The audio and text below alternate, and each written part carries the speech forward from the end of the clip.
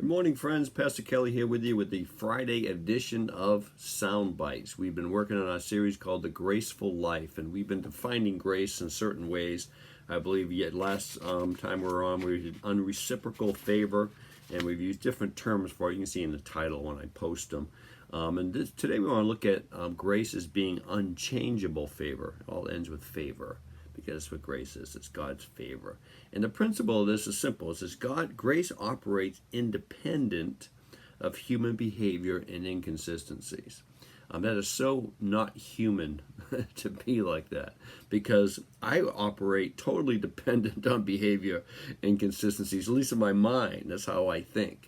I look at myself as I want to be consistent. I want to behave right. I want to be a good husband. I want to be a good pastor. I want to be a good friend. I want to be a good preacher. I want to be all those things. I want to bring glory to God to that, and probably want to bring a little glory to myself in that too. If I was really honest with myself, I could probably drill down deep enough and see that motive in there as well. But it's just independent. Grace is independent of that.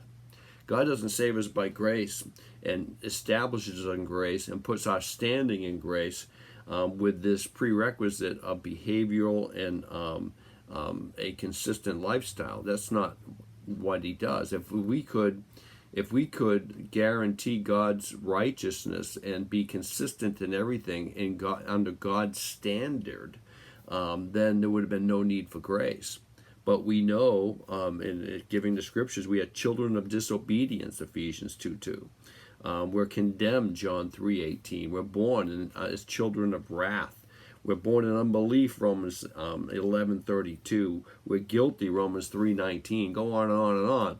The whole head is sick and the heart's deceitfully wicked. Who can know it? Jeremiah 17:9. So when we have a clear view of our need, we get a clearer view of God's grace, because even the best of us need grace. We may not even know it.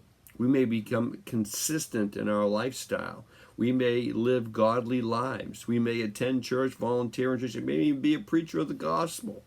But we need grace now as much as we needed it then, because nothing that we can produce in our human energy can equal God being pleased anything outside of his imputed righteousness that he gives us. Grace can't be bartered. In other words, it's not a transaction with God. He gives me this, so I'm going to give him that. We simply receive it without merit, and there's no limit to it. I was reading this morning in my morning devotions in Luke 18. I've actually talked about this a little bit on Sunday morning, about the man beating his chest before God to say, I am God, I thank you, I'm not like that publican out there, that not Republican, a publican, tax collector. I'm like that guy. I tithe, I do this. He's praying to God in the temple and telling God how good he was. It's pretty funny when you look at it. And Jesus uses that parable and say that guy leaves the presence of God condemned, and the one he was judging is going to be accepted because of grace.